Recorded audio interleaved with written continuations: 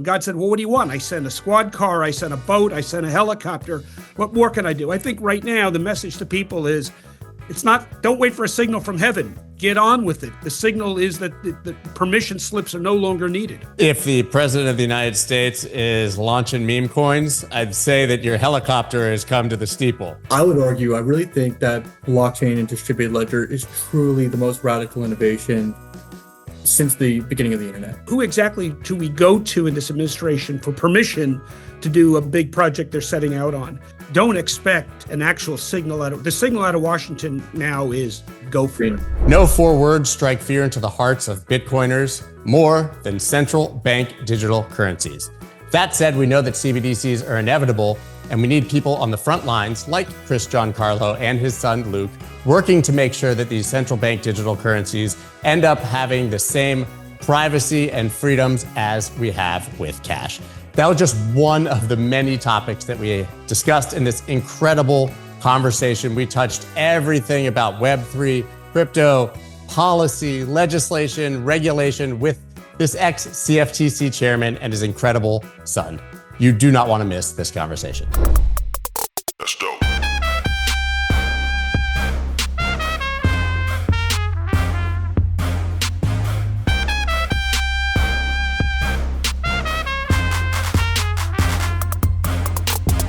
Okay, I know that the price of one is exceptionally high when I see your name being floated for CryptoCzar just a few months ago, Chris. We would love to see you in that role, to be quite honest. I don't know if it was something that you were interested in or if you had other plans. Well, actually, it's a story we could talk about. I mean, my followers on Twitter know I made it clear that I didn't really want to run an agency again, and certainly sized up the size of the task that Paul Atkins is going to have at the SEC following Gary Gensler to clean up that mess. And it really is a mess. A lot of harm was done. I know it directly because I faced the same thing when I went into the CFTC, and the mess he had left was pretty enormous. His modus operandi is expediency. If the head of the division won't get the job done to his satisfaction within the time frame he sets out, he just goes to their deputy and their deputy's deputy and says, deliver this on my desk by the time I need it. And that has a terrible impact on morale and chain of command. And it caused a lot of departures from the CFTC of very talented, capable people.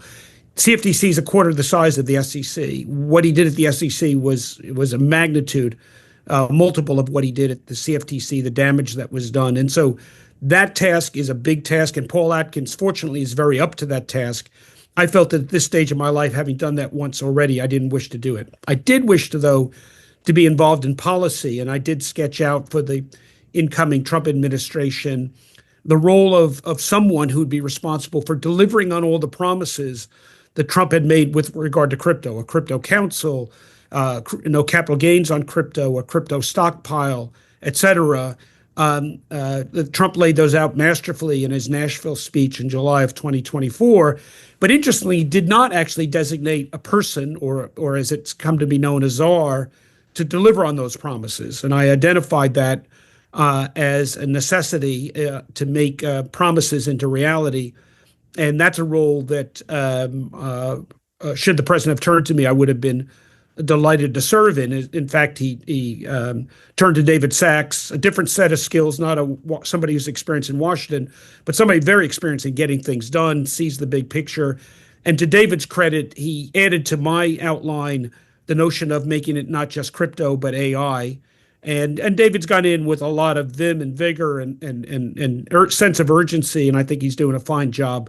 And I'm delighted to be in touch with him and sharing ideas. And so I won't be leaving the private sector to go back into government, but I hope to be a resource. I think I will be a resource to the administration as they think about all that needs to be done to really reverse bad policy, truly bad policy of the prior administration, truly un-American, hindering innovation, going after legitimate businesses, going after legitimate innovators with every tool they could use, and really thwarted and in some ways retarded U.S. innovation in this area, forced a lot of businesses to relocate outside the shores of the U.S. Fortunately, I think that's being reversed in very quick order. So I'm very pleased with the way things are going. And I'm very happy to support efforts by David Sachs and others to turn bad policy into good policy. You and I were chatting right before we hit record. You sort of alluded to the fact that most people still don't quite get it.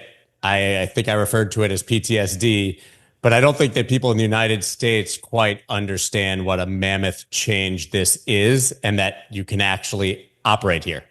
Scott, PTSD is actually the right analogy. PTSD meaning that people that are suddenly freed from captivity still have a captivity mindset. I was talking to the CEO of one of America's largest traditional financial institutions, and she was quizzing me hard, saying, "So who exactly do we go to in this administration for permission to do a big project they're setting out on?" And I said, "That's what's changed.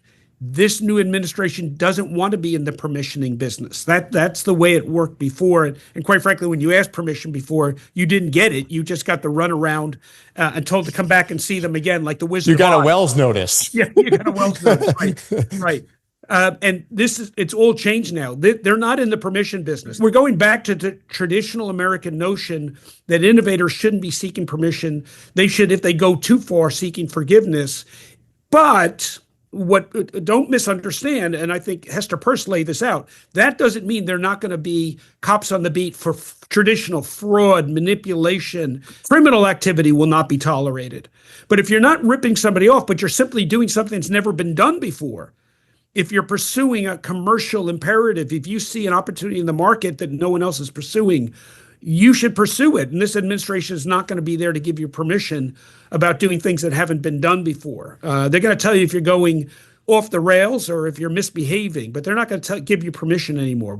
We're back into a traditional American go fast and break things. And if you're not breaking things, you're not trying hard enough. Last I checked, fraud was already illegal, and we had laws on the books to deal with that, whether crypto or otherwise. So it's nice to, I think, be back in an environment where people are going to be able to innovate. Obviously, the two of you are here together for a reason, Luke. Maybe you could kind of break down why we're having a three-way conversation instead of a two-way conversation this time.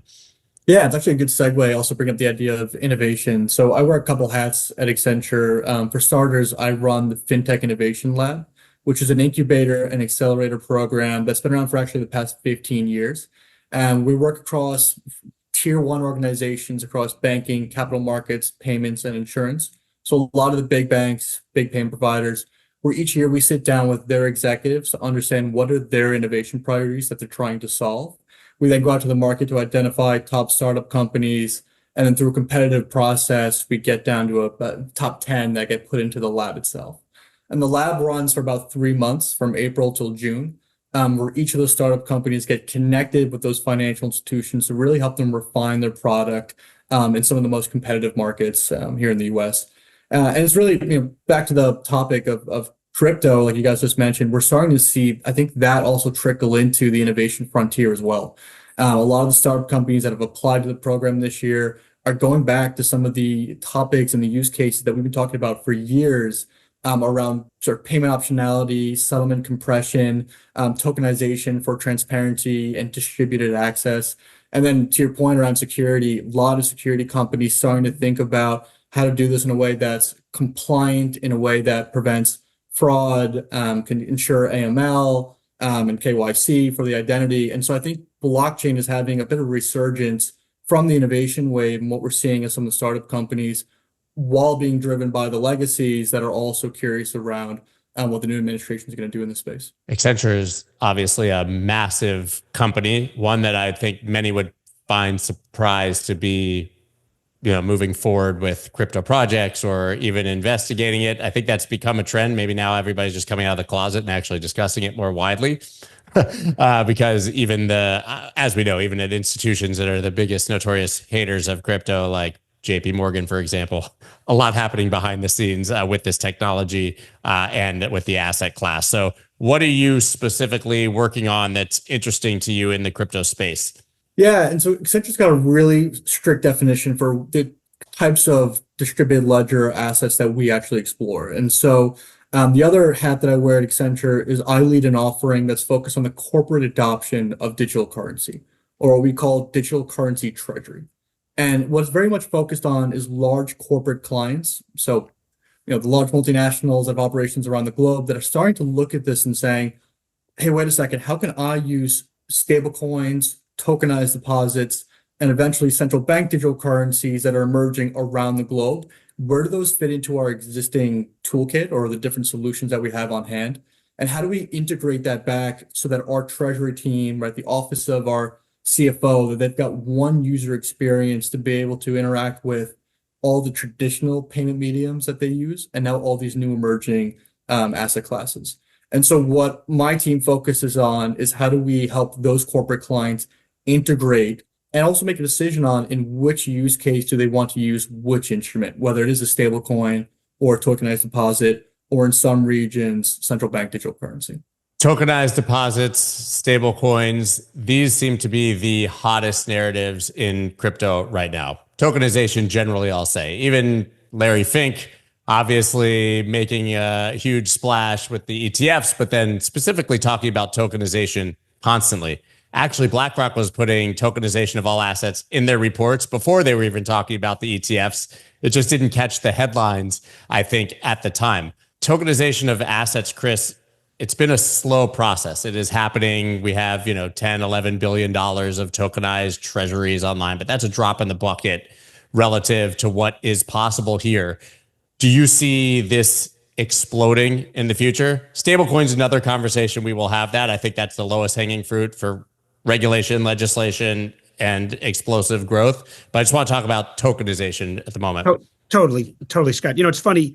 We were talking a minute ago about the last 4 years. One of the things that Gary Gensler did, unfortunately, is he gave cover to every CEO of every major TradFi firm to not have a digital asset strategy, to not have a tokenization strategy. That cover has now been ripped off. I think any TradFi CEO that doesn't have a tokenization strategy has got reputation risk right now. In fact, has got Kodak risk of becoming the Kodak of the future. I have a working assumption that within 10 years, by 2035, there will not be a securities offering of any nature, private securities, equity securities, debt securities, government securities, that is not tokenized and on-chain. And that's just for security instruments. I mean, every type of assets is going to move.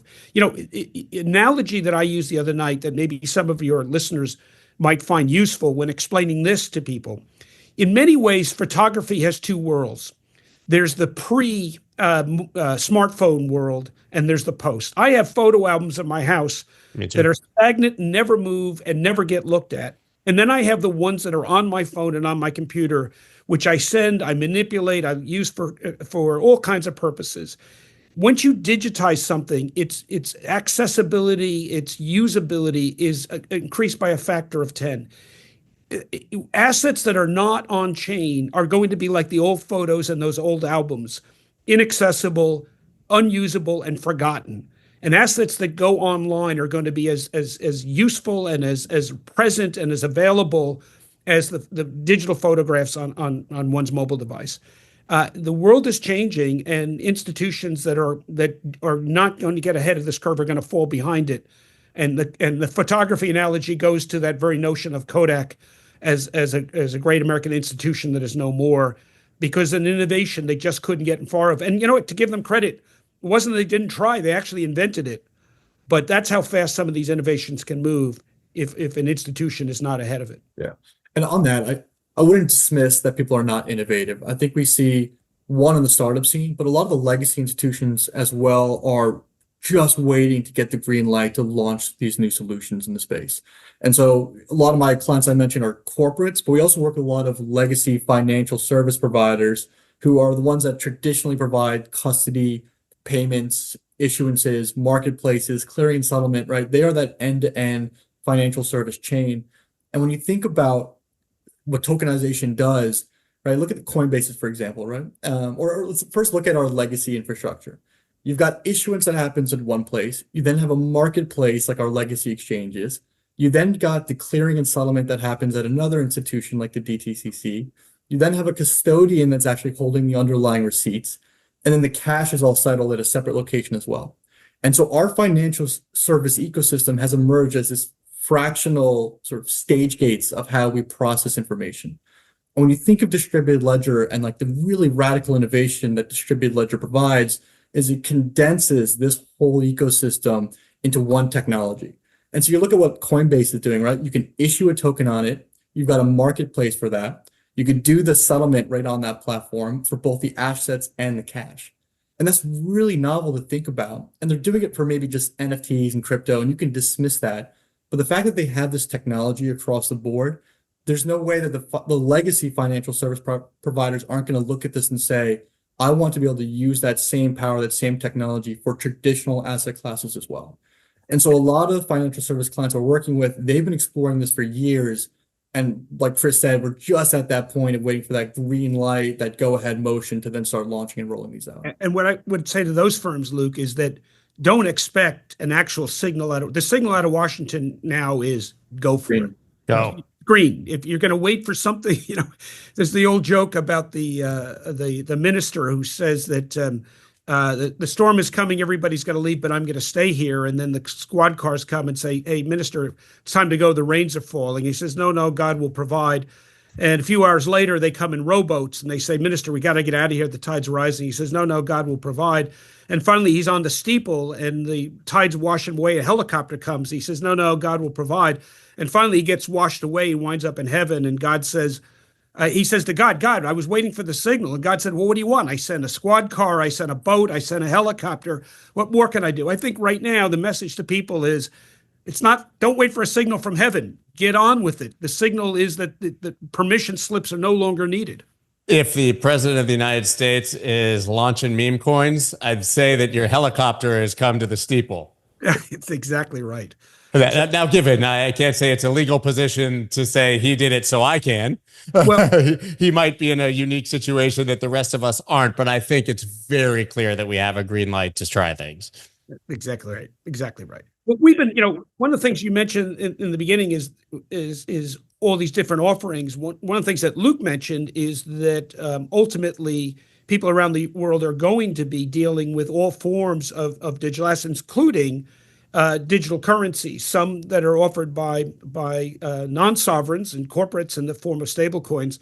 Some are offered by sovereigns in the form of digital yuans out of China, digital euros out of the U.S. And that's something that we've been focused on quite intently for the last few years through the work of the Digital Dollar Project.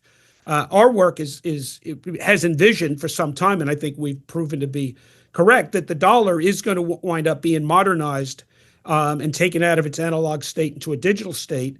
The question is, make sure we do that right, do it in a way that preserves the dollar's reserve currency status and does in a way that's consistent with traditional American values of privacy, values of individual autonomy, free from censorship and surveillance, but also that a dollar is a dollar is a dollar. Whatever the stabilization mechanism are used, it creates a uniformity amongst dollars, and that we don't have, say, big tech companies approaching it like Apple and creating unique ecosystems around their stable coin that only certain smart contracts and dApps can operate, or that they have different holdings of treasury so that you have premiums or discounts associated to one to the other.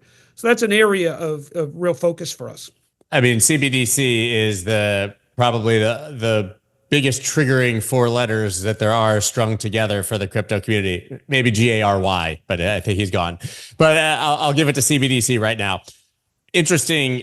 You and I have spoken about this for years, actually, Chris, right? And I think people get triggered by the idea, but what you're saying at the Digital Dollar Project is that they're inevitable, and wherever they happen, you want to make sure that they preserve the same rights as you would have with cash, effectively. Absolutely. The concern about CBDC is extremely well placed. There's no question that anything that would be analogous to what China's building, whether that's done by a government or a private sector actor, would be a means of censorship, of surveillance and control. And that would be totally antithetical to American values and the role of the dollar in the analog system. But as we've learned, even the dollar as an analog instrument is heavily surveilled and quite controlled. What we want to do is actually get back to core American principles and a robust notion of our Fourth Amendment freedom from searches and seizures, unwarranted searches and seizures, And that can, Trump administration in banning CBDC, and actually what they're really saying is we're going to rely on the private sector to build this. That's fine. We've done very well having the private sector build things, and it's unquestionable that the public sector, at least in the United States, has been a disaster at building things. Look how quickly rocketry is advanced under Elon Musk, and NASA has done very little in the last 2 decades. So we know we can build things right in the private sector, but we do need to make sure that the same values that we hold dear as a country apply. And that means that there's still work to be done to make sure. I mean, quite frankly, I've been disappointed in a lot of the stablecoin legislation with the paucity of references to privacy in it. There's very little in the way of existing stablecoin legislation that protects one's privacy with a private sector provided stablecoin. And it's issues of privacy, it's issues of interoperability. I mean, do we want digital dollars that might be walled gardens that don't interoperate with other digital dollars? There's a lot to do in terms of getting the values right. I've always say if we get the values right in a digital dollar, we'll get the value right. But we've got a lot of work to do on the values. It's also interesting to kind of take a look at how other countries have explored tokenization or even just data privacy in general, right? When you look at what Europe has done with GDPR, that is a rule that imposes privacy controls over private organizations, right, over the private sector, but doesn't impose that over the public sector, right? Whereas in the US, we have the reverse, where our Fourth Amendment really restricts what the government is able to peer into our privacy, but there's nothing that really restricts our private sector from doing the same. Check out Google or Meta. One of the glaring omissions in the current privacy legislation, stablecoin proposed legislation, is it doesn't prevent licensing authorities from actually saying, hey, nice license you got there. It's coming up for renewal in 6 months. Shame you're allowing people to buy ammunition with your stablecoin or support this cause or that cause. There really needs to be a provision that says if a stablecoin is transacting otherwise legal activity, no government entity can dun them. And if people think that's far-fetched, just look at what we're learning about what's happened in the last 4 years with social media, where government has been very much censoring activity. And the same government that did that would have no hesitation doing the same on private sector stablecoins. And you said this earlier. I mean, just look at China. Yeah. If they don't like the post on social media or something that you did, then your money disappears for a month, or they don't like or they airdrop you money and say you can only spend this on groceries and clothing, but you can't spend it on entertainment, or your social credit score is affected. This isn't a myth. It may seem like it couldn't happen here, but it's already happening elsewhere in the world. Right. And, government censors may actually prefer stablecoins to a CBDC, because they could tell a stablecoin operator what to prohibit in the same way that if government was running it, the Fourth Amendment would prohibit them from doing that. So, the issues about privacy, the issues about censorship and control are absolutely legitimate anytime you go to a digital form of currency, especially if it's built on a centralized ledger as opposed to a decentralized one.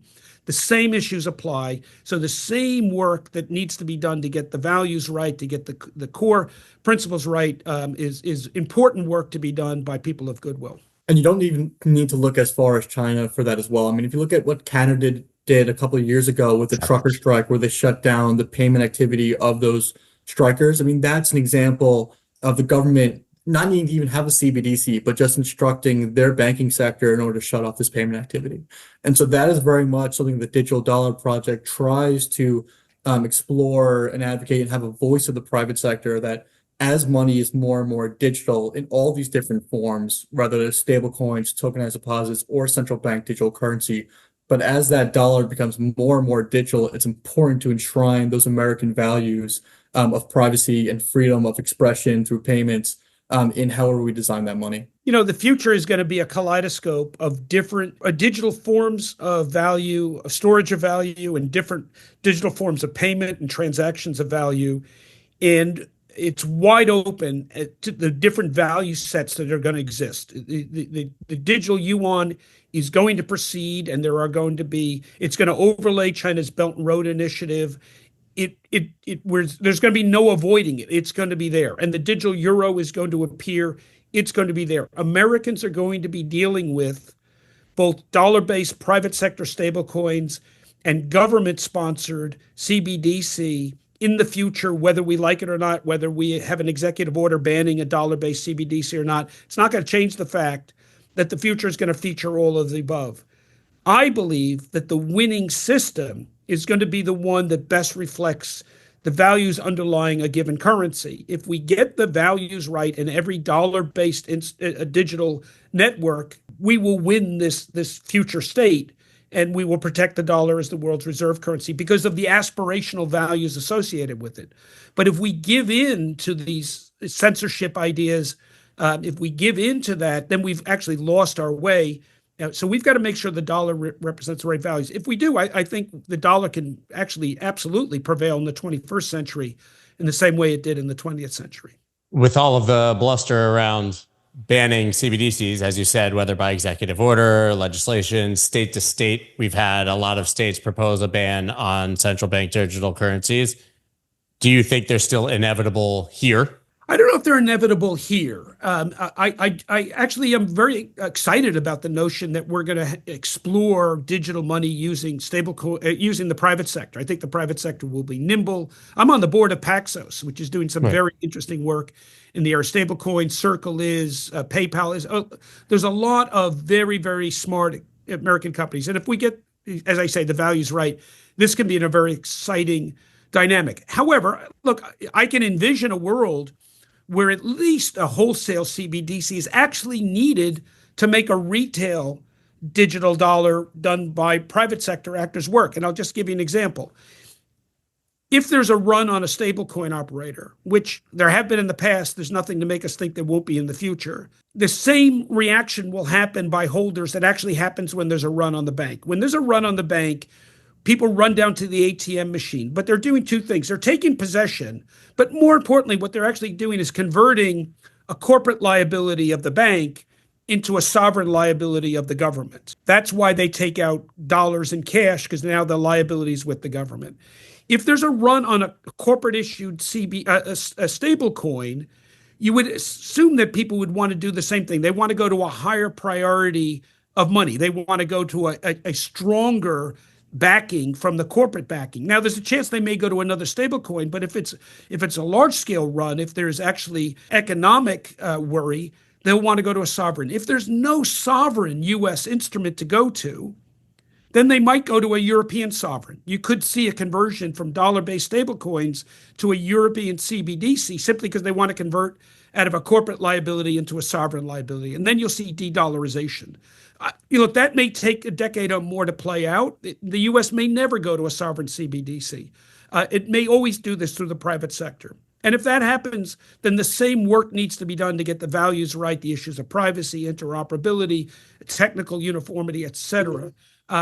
But could be that the U.S. experiments with this for a decade or more and finds that at least some version of a digital form of a sovereign digital form of the dollar is needed. I'm happy to let that play out and see how that evolves. And even, I mean, the example you gave about the threat of a run on the banks is still very much, it would be solved by more of a retail CBDC. But let's take a step back and look at kind of more of a holistic or wholesale use case.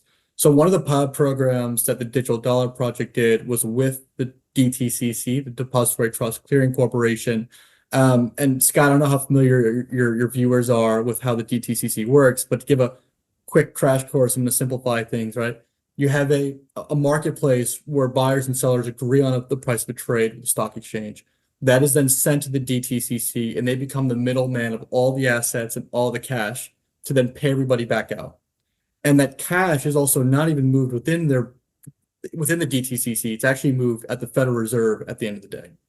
And just to give an example of how that system can break, if you look at the GameStop trading scenario that happened a couple of years ago, when Robinhood was margin called, the scenario that happened was the trading volume of Robinhood went 4x during that period of when everyone was trading these meme stocks. And the DTCC margin called Robinhood to say, look, you need to post more collateral here if you want to be able to settle or complete your trades at the end of the day. And I'm simplifying it, but Robinhood effectively said, look, we can't post that additional collateral. It hasn't settled yet into our accounts, even put that cash there. And so they were halted with trading, or at least threatened with the halt of trading. And in that scenario, that's a great example of how money moves really slowly, even in today's world, right? It takes multiple days for this to settle and to move hands. If you had a digital currency, and what we explored during the pilot program with the DTCC is to demonstrate what does that scenario look like when those securities, those assets are tokenized, like an NFT almost, and the cash is tokenized as well. And then you can then demonstrate the actual settlement of that on the network. And it provides a lot of speed and efficiency to the network. I mean, I just laughed because I remember the big news last year that we had gone from T+2 to T+1, right? When you can do T plus 0.00 when you use crypto.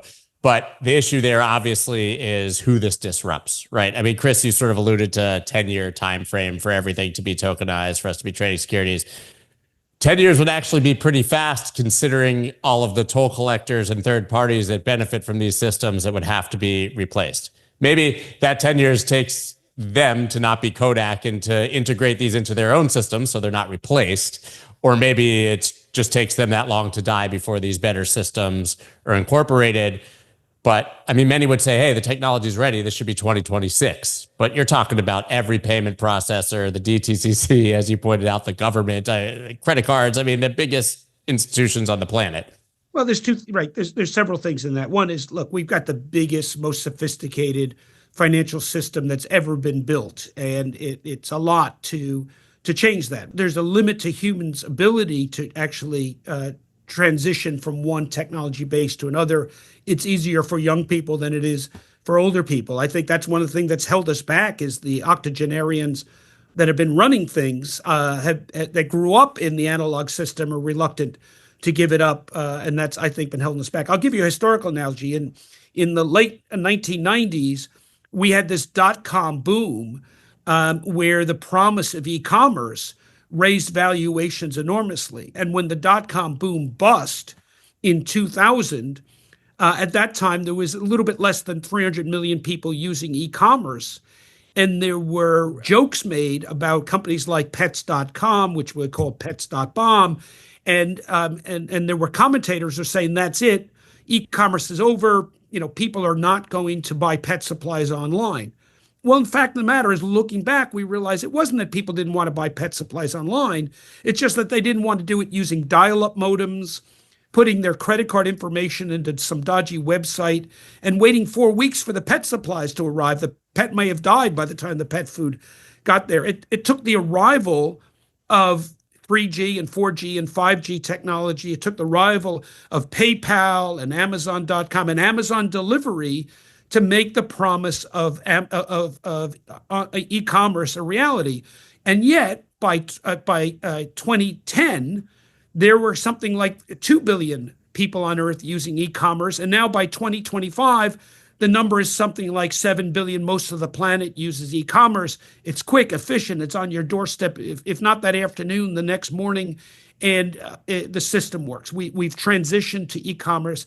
I think the same thing is going to happen with this innovation. Real world assets, we're still kind of doing it on dial-up modems, but the infrastructure is going to build out. And I don't think it's going to take 2 decades. I think it's going to take 1 decade this time around for all assets, for all new issuance of assets to go on chain and be tokenized. I think it's going to happen faster than the last innovation. But look, things are still counted in decades, not in years yet for this magnitude. I remember Taxi Magic and Sidecar and all the pre-Ubers that just didn't work because we didn't have iPhones yet. That's exactly right. If you didn't have a phone, it was really hard to do digital ride sharing, right? They were just too early. Yeah. So the infrastructure's got to build out, but it's coming. And Luke, that's something you've been involved in, is actually focusing on the infrastructure. Well, I was going to say, I would argue, I really think that blockchain and distributed ledger is truly the most radical innovation since the beginning of the internet. And I know with AI, it's very cool technology. It's fun. Machine learning has been around for a while. Quantum does excite me. I think quantum is very cool. And we're looking at all this with the FinTech Innovation Lab. But I really think that distributed ledger and blockchain is one of the most radical technologies that has emerged since the beginning of the internet. And the reason for that is all of those systems, everything we've talked about. Let's take a step back, actually.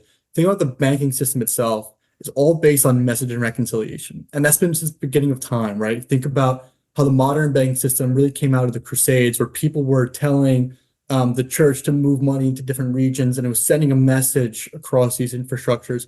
We still have that system today, and it's just faster because we're doing it digitally. But Scott, if I want to pay you $100, I'm in New York, I don't know where you sit. I need to message my bank to message your bank to message you, and you're going to approve that to your bank, which will approve it to my bank. And then both of our banks need to debit $100, credit $100, and all these processes that go back and forth. Yeah, you can try to automate it, but it still is this multiple process chain that has to happen. With distributed ledger, I can move that $100 directly to you, and both your bank and my bank that's on the network knows that happened, and their data sets are reconciled immediately. And that really changes the entire way we think about financial services, but also telecoms, identity, all these different ways that we share information are really shaken up by this technology. Yeah, so I think you take that a step further, because the $100 from you to me is actually easy relative to the rest of the world, right? Try $5 to someone in Nigeria. Yeah, exactly. And so it's only a matter of time. The technology is just too powerful, and both financial service clients are starting to think about how to use it and issue new solutions to their customers. And corporates and individuals are starting to say, how do I leverage this technology, to your point about moving money around the globe or sharing access and identity? It's a really powerful space. And I think you're going to see that come more and more with this new administration. It's funny, in the last administration, we talked about the resistance they put up to crypto, but in many ways, they were also focused, in a positive way, about actually trying to modernize the existing system. If you think about Treasury clearing, if you think about moving to T+1, what they were doing is saying, well, let's improve the existing system as best we can while holding back the entirely new architecture. What's happening now is people are realizing, well, those innovations were fine if what you're trying to do is perfect last century's technology. But why are we wasting actually time and effort doing that when we've got a whole new technology, a whole new architecture that is, as Luke just described it, immediate, accessible, much more democratic. I mean, we haven't even gotten into that aspect of it. There's a cartoon going around right now of a man standing in front of a teller booth, and he's at a bank, and he says, I'm here to request permission to access my money. I mean, that's kind of the system we have now. The beauty of this system is it's going to make people, without having to say, Mother, may I have access to the things I already own, because it's right there accessible to them. So it's a new architecture. We don't need to continue perfecting the old system. In fact, FedNow was a little bit of that too, catching up to where Europe was already trying to perfect an old system. I think what's now is the brakes are off. The door is wide open to start really moving forward with this new architecture. Can I ask, since the brakes are off, obviously, and I think we know that this technology is inevitable, but should there be concerns about unforeseen problems and guardrails with this technology? Obviously, listen, I don't get into the scams and hacks and all those things, and they're not necessarily relevant to this, but it feels like once you flick the switch from the old system to the new system, you can't really flick it back, right? So, unforeseen problems with hackers from North Korea of our central bank digital currency, bad, right? Or tokenized stocks, and you accidentally send it to a phishing scam address and send your entire life savings or, investments, retirement investments to a scammer in North Korea, right? So it just seems like there's also a lot to be done on that security side. So let me address that, Scott. I used to run an agency with prosecutorial ability and law enforcement component at the CFTC, Commodity Futures Trading Commission. So I know a little bit about this. The first thing I'll say, though, is we don't have a choice. I mean, humanity never has a choice to actually, allow a technology to go forward. Society may try to close it down in its own society, but it moves forward elsewhere. China once tried to shut down sailboat commerce around the world. All they did was you put their society backwards while other societies explored the world. The Biden administration tried to stifle innovation in crypto. All they did is send it offshore. So we don't really have a choice. It's going to come anyway. Now, I will tell you, the bad guys are always one step ahead of the good guys, and they will find ways to use this for bad behavior, which is why the good guys need to make sure they're not 2 steps behind, but at worst 1 step behind, and that we're using the technology. As usable as this technology is for bad guys, it's actually great for law enforcement. If I were to ask somebody at the DOJ, would they prefer to try to track a criminal that used cash in a suitcase to commit the crime, or crypto? They much rather crypto because they know exactly where it went. Now, it may have gone to North Korea, it may have gone to parts unknown, or to parts where we don't have law enforcement capability, but they know where it's gone, as opposed to the suitcase full of cash, which they can't track. And so law enforcement will catch up. We'll find there will be absolute scams and frauds. And as you said at the beginning of the show, there always will be fraud, and fraud is already against the law. Law enforcement has the tools they need. What they need is the technical capability, which they will learn and they will get. So we can't stop this innovation. What we need to do is move forward into it. As J.D. Vance gave a great speech at this AI conference in Paris earlier this week. I commend everybody to listen to it, because it was basically whatever one thinks about AI. It was the point that basically says the role of policymakers is not to resist, but approach new innovations with optimism, with thoughtfulness, with intelligence, but to go with it, not try to resist it. You can't resist the wind. You got to go with it. The winds are blowing now. We got to move forward with this and own it, not resist it. And there's threats, I think, with all technology advancements, right? I think with, look at automobiles, right? And there's a clear threat about how many people they kill. But even at a less drastic level, if you think about AI with the deepfakes that are coming out and the sophisticated hacking measures that are coming out with AI, and we're seeing people come up with AI to fight AI. And so it's this eternal cops and robbers game. There's a company that came out of our fintech lab last year called Reality Defender, and they're crushing it. But what they do is they identify in real time deepfake audio, video, and text, and they're using that to embed at kind of call centers and other institutions to help you have first line prevention against deepfake attacks. And so you're going to continue to see that across, whether it's crypto, whether it's AI, quantum especially. I mean, quantum hacking is a huge threat, and the only way to measure against it is going to be quantum measures of security. And so this is going to be an eternal game that we'll be playing. An endless game of cat and mouse. But I guess it's always been that way, right? This is just the new shiny thing. But they were probably talking about this in the 1930s and 40s and 1970s when we went off the gold standard. It's always something. We can go even further back, Scott. There's an organization, a trade association in the UK, that did a study of financial crime. They were able to access Bank of England records going back to like the 1690s. And they looked at all the financial crime that had happened since then. And since then, we went through how many technology revolutions, from the steam engine to communications, telegraph, telephone, et cetera. And they were able to categorize all the financial crime into like 25 buckets. It's the same crime over and over again, with, whether it's fraud or market manipulation, but using different technologies. And they approached it from a technology neutral. They just said it's the same crime. What the bad guys just do is find a new means of doing it. And what the good guys need to do is master those techniques so they can catch the bad guys using those new technologies. Luke, seeing all of this innovation, obviously being on the front line of it, what is exciting you the most about what you're working on at the moment? Yeah, it's fun.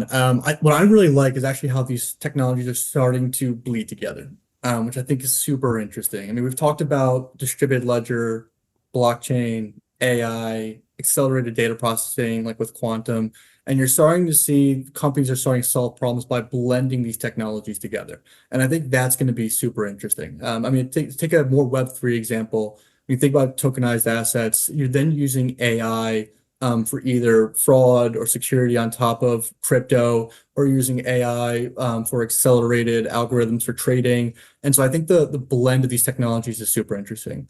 One that Accenture has really stuck a flag in is this idea of universal wallet. Whereas things are becoming more and more tokenized, whether it's money, identity, or objects, that all gets engaged with at the point of your wallet, right? So that's how you actually custody these instruments. It's also your user experience for how you engage with these different asset types across different networks. And so that's something that it's going to be coming to life, right? As things are tokenized, you need new ways to engage with these technologies. And so by blending the idea of managing your identity, really sound user experience, and then these different tokenized assets to give you engagement across ecosystems, I see as a really fascinating new frontier. So to me right now, we've got all these awesome technologies, and where it goes is where we see this combination happening. That was a very eloquent description of interoperability, right? Yeah. Because as you know, Chris, you alluded to before, these things can't be walled gardens, and there's really no way to force everybody to develop things on the same blockchain, right? And last I checked, we continue to get new layer ones and new layer twos and new layer zeros at a tremendous rate, and there's going to be developers on all of those things. There's not going to be one winner. No. Realistically. So they all have to talk to each other as you're describing here. Absolutely. And there's different ways to achieve interoperability, right? I mean, from one perspective, a lot of governments are trying to establish standards and protocols across the board. At a more technical level, people are building bridges across networks or using networks within networks like Chainlink in order to provide interoperability across these different asset classes. And the one I mentioned around universal wallet is the idea of connecting it at the point of the wallet to these different networks that you've got control across these. But there's a lot of different ways to solve for interoperability, both with all these distributed ledger networks, but also what we didn't talk about is these legacy systems as well, right? And there's going to be a time when you've got these new systems and also these legacy infrastructures. And how do you keep those in sync, right? How do you slowly carve away your legacy tech stack and introduce new technologies in a way that's not disruptive to how you modernize? And so that's really challenging to do and takes a good bit of thought from both the public sector to set out clear legislation, clear policies, but also from the private sector as a whole to agree to use these different standards, and really sharp innovators that think about how to actually do this at a code level. And how to abstract away all the complexity so that grandma pushes one button and doesn't need to worry about bridges and wormholes. Right, exactly. Public and private keys. Let's talk about how we've successfully done that in the past. You know, when the first wave of the internet came, it was not an internet of value, but an internet of information. And the United States actually led the world, both through a combination of private sector initiatives and government support, in creating the institutions that set the global standards. So institutions like the Internet Society, institutions like ICANN, were American creations with a lot of input from some of the democratic societies around the world that governed how that internet came together and made it increasingly interoperable, increasingly utility-like, increasingly useful. Unfortunately, over the last 4 years, when the internet of value has been under sort of unannounced but quite official government attack and hostility, it hasn't been able to organize those things. Rather, what it's done is formed a series of trade associations to carry its banner. But what's really needed is some similar to ICANN and Internet Society to establish some standards. And I think now that we're out of the hostility period and the things are wide open, I think we're going to see two things happen at once. One is we're going to just see, as you described it, Scott, a flood of new innovations, new approaches, new ways. And that's good. That's in the expansionary phase of any type of technology development. It's like the railroads in the 1840s in the United States, when railroads were built everywhere. And after a while, they realized a lot of those lines didn't make a lot of economic sense.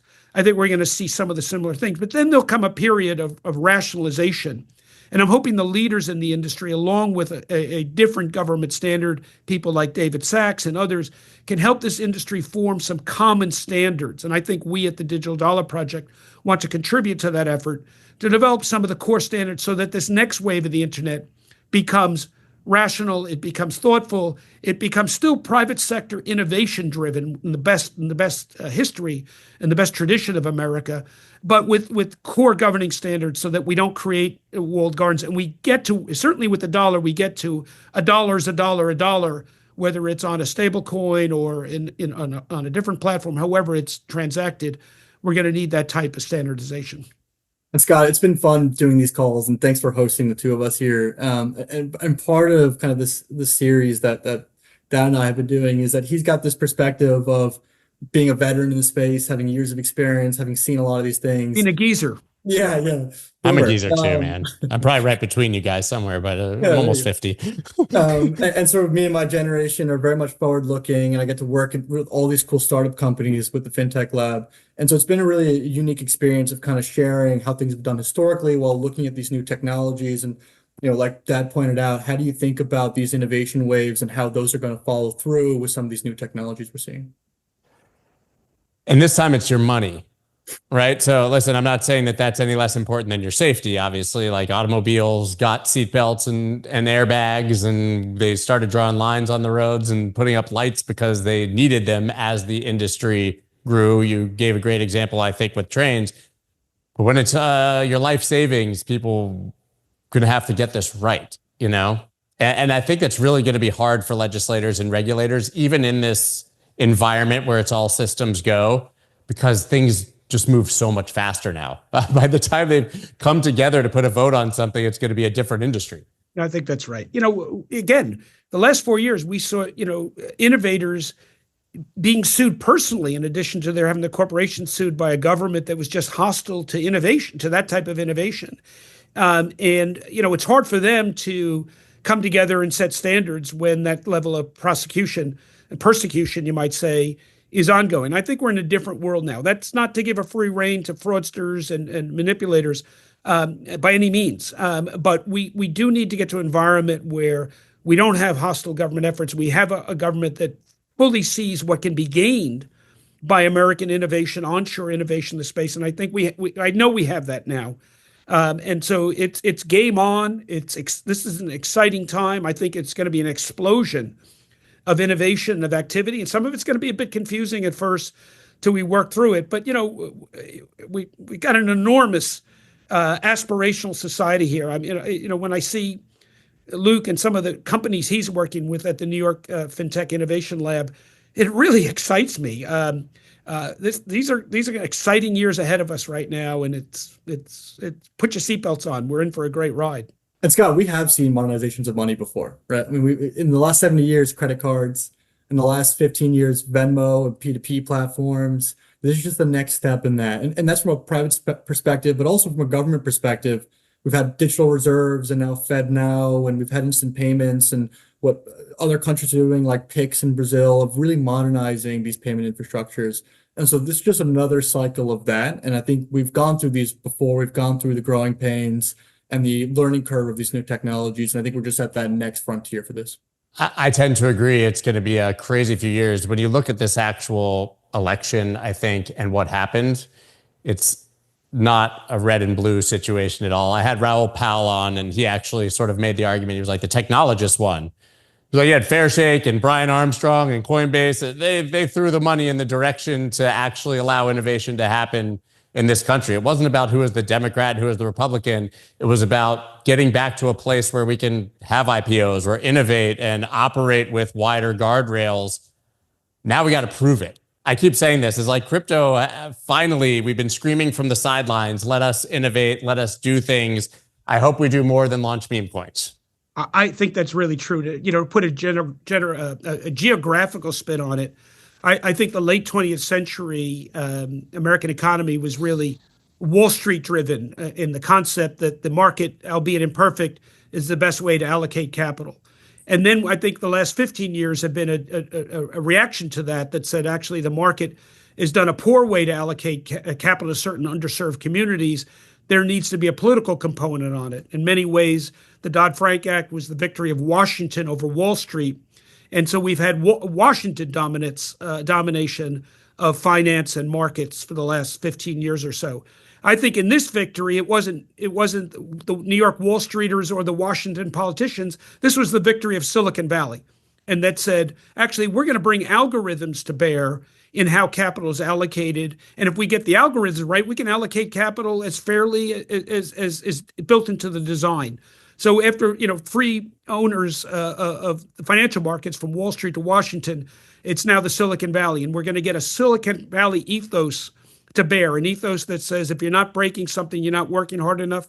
If you haven't failed a few times, you weren't trying hard enough. And if you're asking permission, you're going to miss the opportunity to innovate. And what I find really interesting is that all of the people who are being placed in positions of power, whether having to do with finance or technology at all, are seemingly all Bitcoiners. And I'm not saying that there's a consistent theme that they're trying to put Bitcoiners into office. I'm saying we finally have the kind of people being put into office who are smart enough to understand why we care about crypto and Bitcoin. And they're all the ones who have had their aha moment with it already. I mean, across the board, like regardless of what you think of the people. I mean, Tulsi Gabbard just, she's sworn in. She owns Litecoin and Ethereum and has talked about a Bitcoin strategic reserve. RFK is at Health and Human Services. The guy like has the bulk of his net worth in crypto. Vivek, Elon, every single one of them somehow is either Bitcoin or crypto adjacent, at least Bitcoin crypto curious. It's so true. And, Trump 47 is so different than Trump 45. And that he hated Bitcoin. Yeah. When we greenlighted Bitcoin futures back in 2017 during Trump 45, I went around Washington trying to find some sympathy for what we were doing, both in the administration on Capitol Hill, and nobody knew what Bitcoin was, and they certainly didn't know why we were greenlighting Bitcoin futures. Now, 8 years later, it's everybody knows what it not only knows what it is, they own it. It's a complete change. But you've also had a lot of kind of your old colleagues from the DC era really be put into new positions. I mean, what do you think of Brian Quintenz at the CFTC and Paul Atkins at the SEC? I mean, a lot of these guys are your old friends. Any word on what they're going to do? I tell you what, I think we're in for a golden age of management of the CFTC and the SEC. So let me start with Paul Atkins, who I've probably known the longest because we were together at Vanderbilt Law School back in the early 80s. Paul grew up at the SEC. He was a commissioner there. Both Mark Ueda and Hester Peirce, the two existing commissioners there, worked for him. And they are going to bring a real openness to innovation. Paul, at heart, is almost libertarian. He's a believer in free markets. He's a believer in free innovation. He's really understands the aspirational nature of American society, and that the role of the SEC is to oversee markets for capital formation so that innovators can raise the capital they need to realize the opportunity they see in their innovation. I think Paul is going to be not just a good chairman of the SEC, I think he's going to be one of the greats. Now let me go to Brian Quintenz. Brian served with me at the CFTC. I couldn't have gotten Bitcoin futures done without Brian's support. He was a fabulous commissioner, smart, thorough, intelligent. He's now gone on to work as head of government relations at a16z, one of the leading investors in digital innovation. And now he's been nominated to serve as chairman of the CFTC. I think he's going to bring everything he's learned, plus his native intelligence and his openness to innovation, back to the CFTC. And it worked very well with Paul Atkins. I think we're in for a golden age of these two agencies. I just hope they're kept separate. There has been some rumors. There's talk already of joint task force this week. Yeah. Well, so, we looked at that in 2017, and actually the Treasury issued a report when they came to me and said, what do you think about merging with the SEC? I said, let's do an M&A analysis. Let's see where the synergies are. And that Treasury report identified about 9 million in savings. Now, I'm not going to look down my nose at 9 million, but imagine if we had said, let's take that 9 million and merge it, and then Biden had put Gary Gensler in charge of the joint agencies, Bitcoin futures would have been shut down. And so we would have lost even that. Thankfully, the agencies stayed separate, and Russ Benham, to his great credit, I think is to his undying legacy, held the line and didn't let the pressure of Gary Gensler and others in the administration thwart the CFTC's continuing good work in terms of crypto innovation. Look, our founders believed in divided government. They felt that if you aggregate too much power in one hand, and they created that would be dangerous, and they created agencies to pit against each other. I think the competition between the CFTC and the SEC has served us well. And, $9 million is $9 million. I'm not sure that's a worthy price to destroy the innovation nature of the CFTC if it was merged into the SEC. But we'll see how that goes. The government spent $9 million in debt service while you said your last word. Indeed. Literally. Indeed. Absolutely. And So, look, the CFTC is a principles-based regulator. The SEC is a rules-based regulator. The CFTC focuses on market liquidity and depth. The SEC focus on investor protection. The CFTC really is the major overseer of the dollar's reserve currency status because it maintains the markets for hedging dollar risk, interest rate risk, and dollar-based exchange rate risk that the rest of the world relies on since the dollar is not anchored to a stabilizing influence like gold or maybe a digital currency. Maybe that will change, but right now the world needs those deep liquid markets for risk hedging that the CFTC maintains. I'm not sure the SEC is well set up to do that same function. How do you see those two agencies kind of like providing oversight to crypto markets and digital currencies? Because it's always been interesting to see where the Howey tests land on that. And both those agencies are not really geared properly, whereas crypto is a commodity but has a retail market element, and which is usually has oversight by the SEC. And then the SEC does, or the CFTC doesn't usually look over retail markets. So how do you think about like that comparison and split? Well, so the Howey test, which has been used over the last 4 years to decide what is under CFTC jurisdiction, what is under SEC jurisdiction, Howey refers to a Supreme Court decision in 1946 determining what is a security and what's not a security. And as your listeners know, the SEC oversees securities. I think it's actually been a huge distraction to the way we should be thinking about this. The real difference between commodities that are under CFTC jurisdiction and securities under SEC jurisdiction is the nature of the information asymmetries. What do I mean by that? When one buys a security, we know that the promoters of that security, the company that's issuing that security or the municipality, has information that we in the market do not have. And therefore, what's required is that they disseminate to the market much of that information in order to level out the playing field for what information people know about the value proposition underlying that security. In the area of commodities, there are information asymmetries, but there's no centralized group of people that have superior information to others in the market. You know, when Mother Nature produces wheat, she doesn't issue a prospectus and says, here's what I know about the growing season, right? One farmer in one county knows what he knows, and a farmer in another county knows what he knows, and it may be different information in terms of what the weather conditions are like or what the crop looks like. So what the difference of the two agencies, how they go about equalizing those information asymmetries. In SEC world, the SEC requires promoters to issue a prospectus and at least every 90 days re-up the information asymmetry differential. In CFTC world, we rely on third-party data providers to commercially provide information. There are wheat reports put out. Government issues data, and then commentators write reports on that data. In the area of oil, there's oil reports. There's others. Look, in the case of crypto, there's a report every 60 seconds on X saying where they think the price may be going or not. Now, you can take those reports for what they're worth because nobody has perfect information.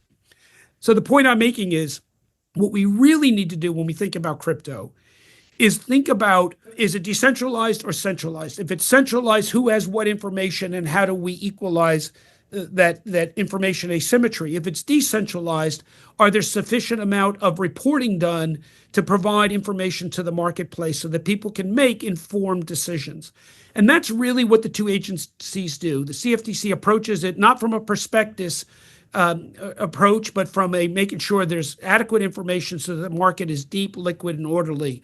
And the CFTC otherwise. I think what we need to do is, the crypto, maybe it's time to retire the Howey test and start thinking more holistically about how do we make sure there's enough information so that people can make informed decisions. And I think the two agencies have unique skill sets in handling information asymmetries in those different ways. I think that there's another element there that's going to be very difficult, but Peirce has her finger on this and has proposed safe harbor a number of times. But you not only have to figure out which agency is doing what, but then when you look at these entities, figure out if they're sufficiently decentralized or where they fall on that sliding scale of centralization to decentralization to see how they should be regulated and under which rules that are set. I think that's a huge challenge. People act like decentralized and centralized are, a binary situation, but sliding as scale. A wide range. And she always said, give them 3 years or whatever to prove that they're sufficiently decentralized by some sort of rules that are created, but it's going to be hard right now to even know who to apply which rules to if they're made. Right. Well, Crypto Mom is a woman of great wisdom. And she has also said something else that I like a lot. When asked whether the CFTC should be merged, she said, well, I don't know about merging them, but maybe putting them in the same building would make a lot of sense.